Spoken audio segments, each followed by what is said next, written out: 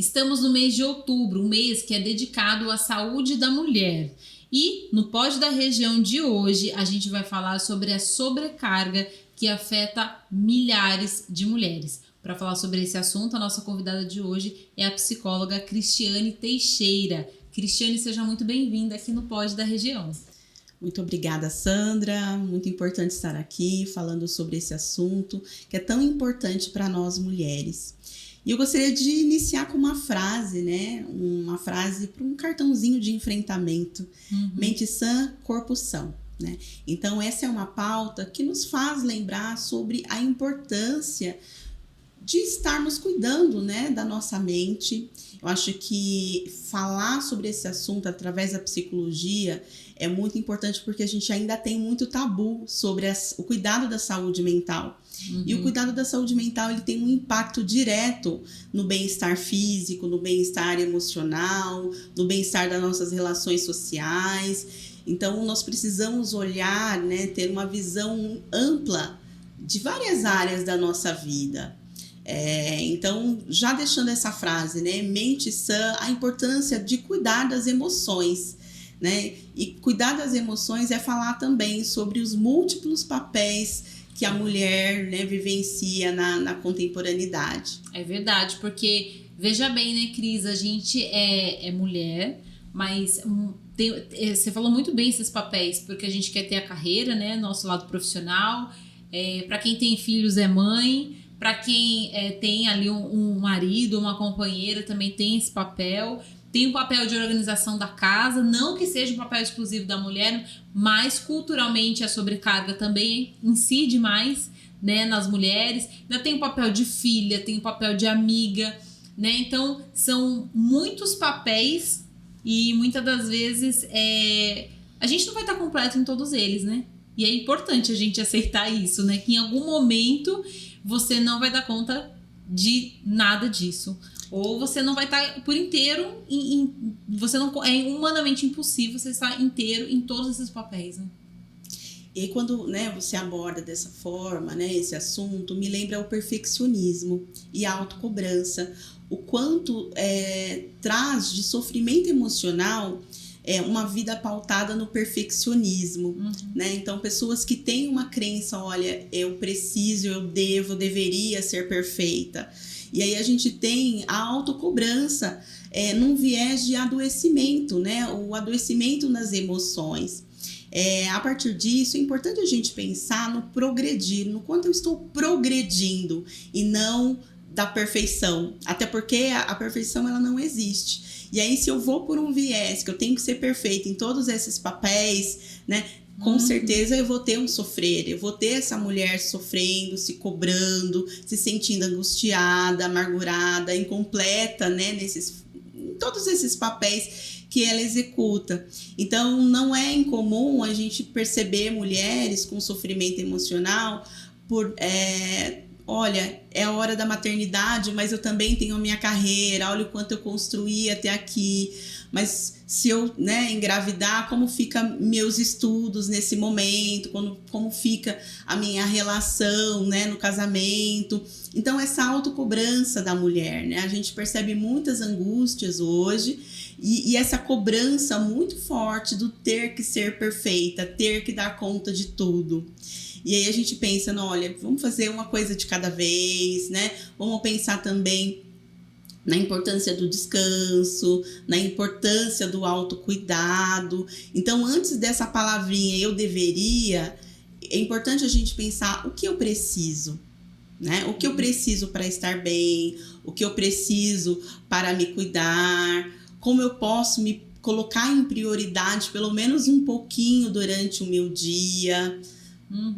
E sabe o que é interessante, Cris, quando eu ouço você falar, e você falou tanto da questão dos papéis e tudo, e as fases nas quais a sociedade impõe, né? Se você não tem filho, porque você não tem filho, aí você tem um filho, mas quando vem o segundo, aí você por vezes tem o segundo, ou você não tem o segundo, e quando vem o terceiro?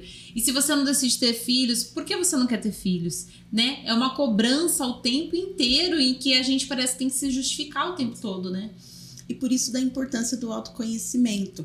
né? Então, questionar pensamentos, questionar essas cobranças sociais, né? Não num viés, olha, você deve ter filhos agora porque você está com tantos anos, ou você deve se casar porque senão você vai estar velha, né? E a gente ouve muito essa cobrança, né? A gente sente como mulher essa cobrança, mas o autoconhecimento, ele é um processo transformador para a mulher, né? Então, ao invés de pensar, olha, eu deveria já estar casada com tantos anos, eu quero casar. Esse tipo de relação vai me fazer bem, né? O que eu quero, o que eu preciso, o que me traz o bem-estar, o que me traz a alegria. Quais são as emoções que eu vivencio a partir da maternidade ou a partir da minha carreira, né? Quais emoções eu percebo, né, focando muito mais na carreira, ou, né, qual emoção eu percebo no dia a dia, estando em casa e cuidando dos filhos. Então, é um questionamento contínuo, não através da cobrança social, mas do que nos completa, no que nos traz o bem-estar.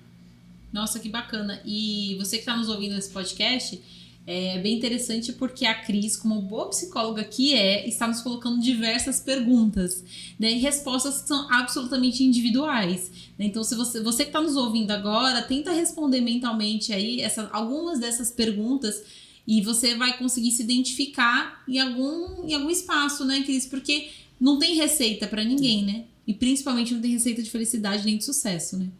Não, de jeito nenhum. Eu iniciei falando sobre a importância, né, da saúde mental, e a terapia, ela traz isso, né? A terapia, ela nos traz questionamento de pensamentos e a construção da nossa verdade, né? Então, não é sobre o olhar do outro, sobre uma cobrança social, mas é através do que eu sinto, do que eu quero sentir, do prazer que eu encontro em cada coisa, em cada gesto, em cada relação. E aí, quando a gente fala da cobrança, da sobrecarga, né? Então, é isso, o quanto eu estou me dedicando, né? Momentos, né, atividades que são prazerosas. Então é importante esse questionamento, o que eu gosto de fazer, né? Porque não é incomum a gente ter pessoas dizendo, olha, você deve fazer isso, ou deve fazer dessa forma. Mas quando a gente vai, olha, o que eu gosto, o que me deixa feliz nessa atividade, qual é o orgulho, ou qual é a satisfação que eu tenho em determinada atividade. E muitas vezes, esse lugar da mulher de se colocar, né, como prioridade, de se olhar, de se cuidar, fica como secundário diante de todos esses papéis, né? Então, a gente percebe muitas mulheres que se perdem, né, nessas múltiplas tarefas e vai respondendo a demandas. No automático. No automático. Então, a consciência daquilo que gosta, se está fazendo aquilo que gosta, ou por que eu deixei de fazer aquilo que eu gosto? Quando foi que eu perdi, né, o hábito de ler um livro que eu gosto, ou de assistir a uma coisa que me chama atenção, que me traz alegria, para responder só essas demandas sociais todas. Então, a gente traz a informação da importância de realizar atividades prazerosas, de ter isso como um hábito de autocuidado. Então, pensar em si, né? Olha, o que eu preciso para estar bem? Eu preciso ter contato com a espiritualidade, né? E perceba, não estou dizendo propriamente religião, né? Mas o contato com a espiritualidade, eu posso trazer isso através do contato com a natureza, a importância de se estabelecer relações sociais. Então, manter as amizades, né? Manter os vínculos de amizade, sair com amigos, sair para rir, para bater papo, para descontrair, né? Meditar, eu acho que isso é muito importante, né? Você falou do automático e a gente, né, precisa lembrar, né, sobre os sintomas, né, da ansiedade. A ansiedade faz com que a gente, né, esteja lá no futuro. A depressão é um pensamento mais voltado para o passado e pouco, né, tem se investido no momento presente. Então, o que é o momento presente? É essa consciência, a consciência plena, né? E é consciência ter, né, a percepção do que eu estou investindo para a minha qualidade de vida, né? Como eu estou fazendo a higiene do meu sono, percebo que esse sono, né, não está muito bom, eu estou fazendo a higiene do sono, estou preparando um momento de autocuidado, Então, nos lembrar, embora a gente tenha, assim, essa demanda, né, social dos múltiplos papéis, porque são, né, algumas áreas da vida aí, a gente precisa olhar tudo com equilíbrio, né? Sim. Então, sim, nós vamos ter, né, a área profissional, a área do casamento, a área da saúde, a área financeira, mas trazer e vivenciar tudo isso com equilíbrio. Eu acho que o nosso diálogo hoje é para que as mulheres também, né, consigam ampliar essa consciência sobre muitas áreas da sua vida, né? E se questionar, será que eu estou focando só, né, na minha vida de desenvolvimento aí intelectual, ou eu estou deixando de lado a partir, né, da minha área de carreira, estou deixando de lado oportunidades para namorar, oportunidades para, né, vivenciar boas experiências aí no casamento. Eu estou fazendo contato com familiares, falando com pessoas que eu já percebo que deixei de falar, ou os meus contatos hoje são restritamente virtuais, né, utilizando aí de redes sociais, a tecnologia. Então, são perguntas importantes que nos fazem pensar sobre a saúde mental, né? Então, tudo isso, falar sobre equilíbrio dessas áreas da vida, é falar sobre saúde mental, falar sobre bem-estar da mulher. É verdade. Cris, pegando essa linha de pensamento, e a gente está falando muito de autocuidado, você está falando muito de bem-estar, todos esses questionamentos servem também, de alguma maneira, para as mulheres também conseguirem identificar aquelas que estão dentro de algum relacionamento, se esse relacionamento também, se ele é saudável, se ele está sendo algo bom, né? Se ou não, né? E aí cabe a cada um fazer a sua autoanálise. E para você, mulher que está nos ouvindo também no podcast, se você está solteira, qual é o tipo de relacionamento que você gostaria de ter? Ou se você está olhando para si mesma e também se valorizando mais, né? Você com você mesma, né? E eu estou dizendo isso porque a gente tem até aqui tratado no nosso podcast por várias vezes uma crescente aí nas denúncias, nos registros de boletim de ocorrência, em casos de agressão, seja ela física ou psicológica ou de outra natureza, que incidem na Lei Maria da Penha. E eu sempre costumo fazer essa pergunta, né? Nossa, mas será que os casos aumentaram ou as mulheres de fato se viram neste lugar de não quero essa vida, né? E aí eu vou passar a bola para você nessa análise disso tudo, né? Se é importante, quando a mulher se identifica, ela se autovalorizar para não cair num relacionamento abusivo. Esse é um alerta sempre importante, né? É sempre importante falar sobre o reflexo da violência de gênero para com o adoecimento mental. Então, os estudos mostram que mulheres que vivenciam situações abusivas, né? Porque sim, a violência existe, né? Para homens, para mulheres, mas o recorte, a gente tem a evidência de que mulheres são as maiores vítimas de violência. E essas mesmas pesquisas nos mostram que existe uma relação muito direta da violência de gênero, né, a violência doméstica, para o adoecimento da saúde mental. Então, o transtorno mental, ele também pode ter uma relação, né, a depressão, a ansiedade, através da vivência de violência doméstica. A gente está saindo agora, né, do Setembro Amarelo, né? E isso nos faz pensar que o suicídio, ele também pode, né, ter uma relação direta com a violência de gênero. Não é incomum no consultório a gente, né, se deparar com um atendimento, o profissional se deparar com um atendimento com a ideação suicida que vem a partir da relação, né, abusiva, desse relacionamento abusivo. Então, quando a gente fala, né, da depressão, da ansiedade, que pode, né, ter um gatilho através dessa relação, e inclusive, né, falar do suicídio com uma relação direta com o sofrimento da relação, isso é importante, porque traz essa alerta, a importância da mulher também, né, acionar os canais de denúncia, acionar a rede de proteção, né, de lembrar sempre que é possível sair dessa relação, de contar com um apoio social. Eu estava falando sobre a importância, né, de manter amigos,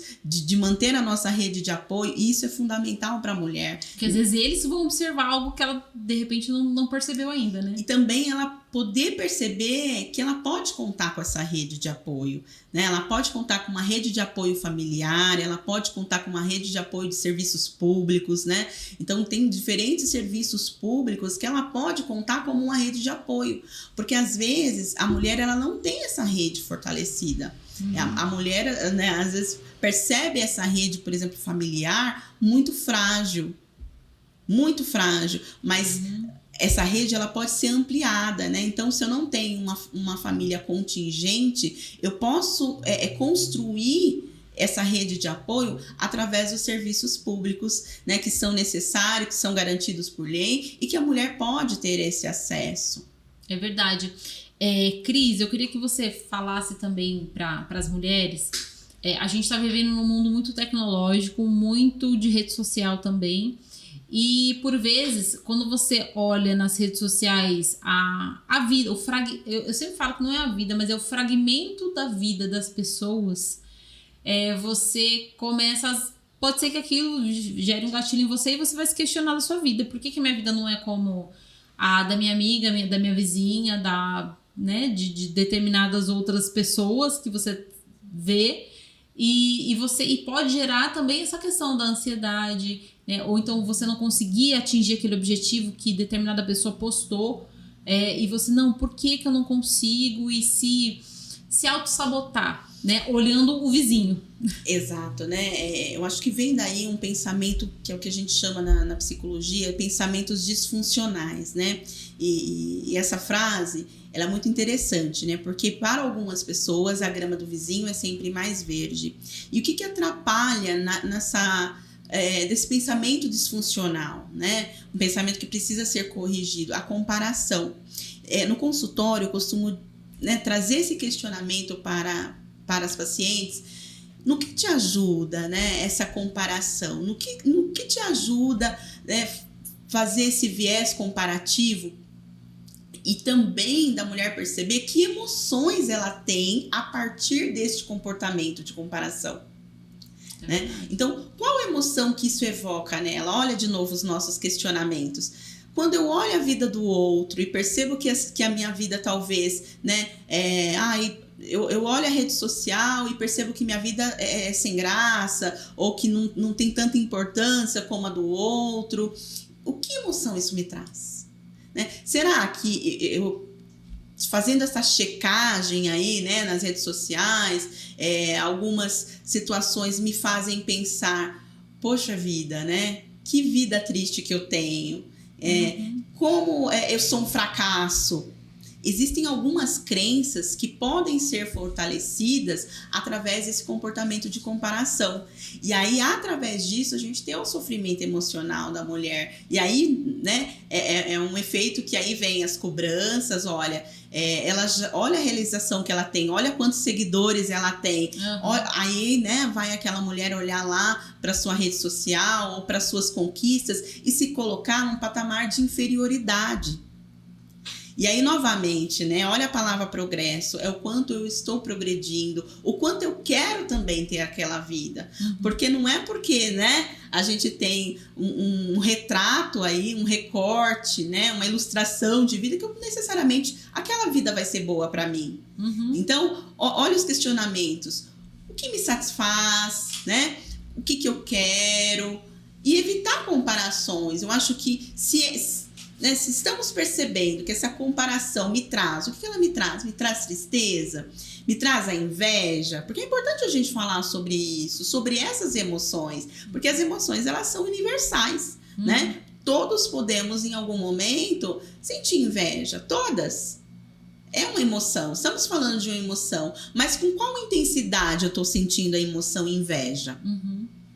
Com qual intensidade eu estou sentindo a tristeza e eu percebo que o gatilho dessa tristeza, a situação disparadora dessa tristeza é essa observação e essa comparação que vem aí das redes. Que não pode ser excessiva, né, Cris? Não, de jeito nenhum, né? Olha só os hábitos, né? A gente falou sobre mudança de hábitos, sobre ter equilíbrio, né? A palavra equilíbrio, ela também traz para nós, né? Olha, quanto tempo eu passo nas redes? E lembrar que o uso, né, da rede social em excesso, ela traz transtorno mental, né? E também está atrelado a transtorno de ansiedade, também está atrelado, né, a transtornos alimentares, a depressão, né? Então, o excesso das redes, ele também não é recomendável para a saúde desde a infância. E é importante a gente falar sobre isso, né? A gente está falando sobre mulheres, sobre as meninas, né? As crianças. Por quê? Porque tem ali, né, o Conselho de Pediatria, ele recomenda uma quantidade de horas. E a gente percebe muitas vezes que pela sobrecarga, e aí, né, vamos ter cuidado com a nossa fala, que é claro que eu quero colocar aqui, né, a mulher no foco, porque esse é o foco do nosso debate, mas às vezes pela sobrecarga, as crianças passam muito mais horas nas tecnologias do que é recomendável. E aí, nisso tudo, né, a gente está falando de sobrecarga da mulher, é importante as mulheres reconhecer, né, as parcerias aí, né, no cuidar do lar, né, de fazer o chamamento. A gente está falando para mulheres, mas tem homens, né, nos assistindo aqui. Sim. E de fazer esse alerta. Olha, você ama sua mulher tanto que, né, se responsabiliza ali pelas divisões de tarefas no ambiente doméstico. Quando, né, eu terminei... Só fazer um parênteses, que a mulher não tem um papel materno em relação ao seu marido, né? Isso é muito interessante a gente deixar claro, porque tem que ter uma parceria ali, os dois comprometidos com aquele relacionamento, com aquele futuro e com o bem-estar da família. E isso envolve, sim, as tarefas domésticas. Sim, e lembrar que o desenvolvimento da carreira da mulher, né, numa situação aí onde ela já é casada, onde ela tem uma relação, ela pode ser muito mais sucedida quando ela tem essa parceria, né? Quando ela tem, na verdade, o dever, né, a divisão de tarefas muito bem ali organizadas na rotina familiar, na rotina doméstica. Porque se a gente fala de uma sobrecarga, olha, veja bem, ela trabalha, estuda, né, tem os filhos. E como que está essa divisão das tarefas com o seu companheiro? Então, quando a gente tem essa parceria, essas divisões acontecendo ali, né, fluindo na rotina, a gente tem essa mulher muito mais saudável. É verdade. Agora, Cris, é inevitável a gente falar também sobre os padrões estéticos, né, que é uma outra cobrança que a sociedade faz e que toda uma cadeia de consumo, inclusive, também apregou para as mulheres, né, do jeito que tem que ser. Recentemente teve o lançamento do filme da Barbie, que voltou a jogar luz, né, nessa questão desse padrão estético. Lá a narrativa era uma outra narrativa, mas eu tô puxando isso porque sempre foi um referencial muito forte, pelo menos da minha infância, né? Você ser Barbie, inclusive fala assim, você tem que ter um corpo de Barbie, né? Então as mulheres, elas são também enquadradas em determinados padrões, né? E como sair fora disso e se aceitar, e também se você quiser mudar, também que você mude, mas que seja por um desejo seu, né? Individual, tão difícil, né? A gente estava falando de padrão, né, através das redes sociais, e vamos novamente, né, para um outro padrão. E esse padrão, que é o padrão da beleza aí, que vai enquadrando mulheres, né, também ele pode trazer o sofrimento emocional, né? Eu iniciei falando sobre o transtorno alimentar, então lembrar da bulimia, da anorexia, também pode ter um viés aí, né? Um efeito dessa cobrança social. E é importante a gente pensar na saúde, não um padrão de beleza, né? Onde vai taxar as bonitas, as feias, né? E que padrão é esse? É muito interessante falar, e eu gostaria até de aproveitar a oportunidade de dizer isso, né? De um recorte que eu tenho falado muito em palestras, né? Sobre a gente se sentir bem. No período que eu fiz minha transição capilar, eu vivenciei muito isso, né? Vivenciei muito. Inclusive, a transição foi como uma atitude empoderada, aí, um protesto de uma situação, uma fala, né, entendida como uma fala racista sobre a mulher negra. E aí eu venho, né, nessa ressignificação de deixar meu cabelo, né? Vou fazer minha transição. E aí, do quanto eu ouvi sobre isso, sobre ser bonita ou ser feia através do cabelo, e o quanto isso tem fortalecido, né, o quanto podemos inspirar através, né, das nossas condutas, dos nossos pensamentos. E aí, né, as adolescentes aí que eu já atendi, vai ter essa lembrança do quanto é importante a gente olhar para o nosso cabelo, olhar para a nossa cor da pele e se sentir bem, porque nós somos assim, né? Porque as pessoas são diferentes, porque é necessário respeitar as diferenças. Eu acho que essa é uma premissa para a convivência social, respeitar as diferenças, né? Nós somos diferentes em estatura, nós somos diferentes em peso, nós somos diferentes em raça, né? Falar das deficiências, né? Da mulher com deficiência e essa questão, né? Do padrão estético. Então, a premissa é o respeito, né? E o quanto também eu luto e posso ter voz para ser respeitada, né? Eu dei um exemplo muito pessoal, mas que com certeza as mulheres aí que estão me ouvindo, muitas delas estão lembrando dos seus próprios exemplos, do quanto que às vezes a gente precisa ter essa posição de fala e dizer, não, esse é o meu cabelo, né? Ah, você não tá arrumada? Não, eu estou arrumada, né? É assim que eu me sinto bem. E dizer, se em algum momento, eu fiz transição, eu quero alisar de novo, peraí, né? Eu posso, né? É o meu querer, é como eu me sinto bem. Isso é verdade. Quando você tem esse fortalecimento do seu, o seu eu, né? Quando você tem o eu forte, não importa o que o outro faça ou fale, né? Porque isso aí não vai chegar até você, né, Cris? Eu acho que esse é um recado importante. E a gente que fala sobre... Quando a gente envolve os assuntos relacionados à mulher e a gente fala do empoderamento, poder... pelo menos a partir do meu sentimento, é você, de fato, tome posse de você mesmo, né? Do seu eu, fortaleça o seu eu. Quando você for ter um eu forte, nada te abala. Ou pelo menos abala menos, viu? Exato. E a importância, né, de garantir que cada um tem a sua dor, né, Sandra? Mas se ela tá falando de uma situação, né, de cabelo, isso influencia muito a saúde mental das adolescentes. Sim. Né? Então, a dor, ela é individual, né? Não dói em você, mas dói no outro, e isso deve ter uma validação. Então, tanto o outro, né, precisa validar essa dor, como nós também validarmos as nossas dores, né? Perceber fragilidades, mas também buscar, né, a cura, buscar o fortalecimento, e isso é através de um caminho chamado autocuidado.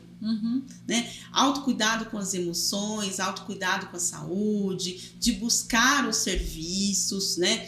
E especialmente buscar ajuda, né? A frase, né? Se precisar, busque ajuda. Né? E reconhecer, olha, esse é o meu momento de fragilidade, eu preciso de cuidado, eu não vou dar conta de tudo e eu posso, né, também me permitir o descanso. O descanso é um dos pilares da saúde mental. A qualidade do sono também é outro pilar da saúde mental. E será que a gente está dando relevância a isso? Né? A essas nossas necessidades básicas, né? De convivência social, ou a gente só está respondendo às demandas que são impostas? Tá certo.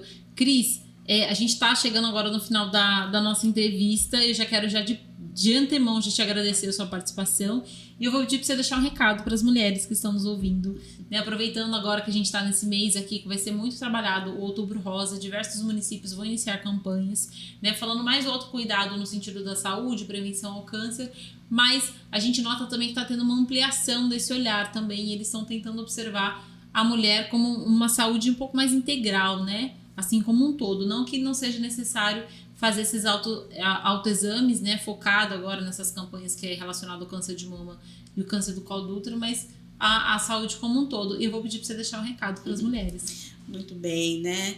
Esse recadinho vai, né? Olha, não existe saúde sem a saúde mental. Não negligencie a sua saúde mental. Se você estiver reconhecendo sintomas, né, como depressão, a diminuição da vontade, insatisfação, né? Olha, eu tenho pensamentos que hoje para minha vida não tem sentido, né? Então, comece a perceber os teus pensamentos, comece a perceber, né, quais são as emoções que você tem ali no dia a dia e busque o autocuidado, pratique, né, se priorizar todos os dias.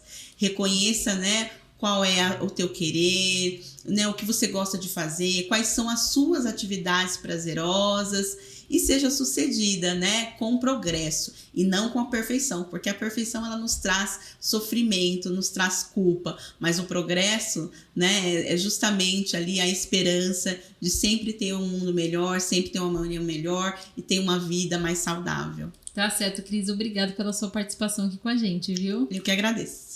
E você que nos acompanhou nesse podcast, a gente teve um bate-papo muito gostoso com a Cristiane Teixeira, ela que é psicóloga, e ela falou sobre o autocuidado, ela deixou pra gente um monte de perguntas que só você que está nos assistindo agora, você pode responder para conseguir identificar o seu caminho, né, e promover uma saúde mental para você, e assim você vai impactar com certeza a sua saúde física. E você que nos acompanhou nesse podcast, deixa aqui seu comentário que a gente também quer ouvir você.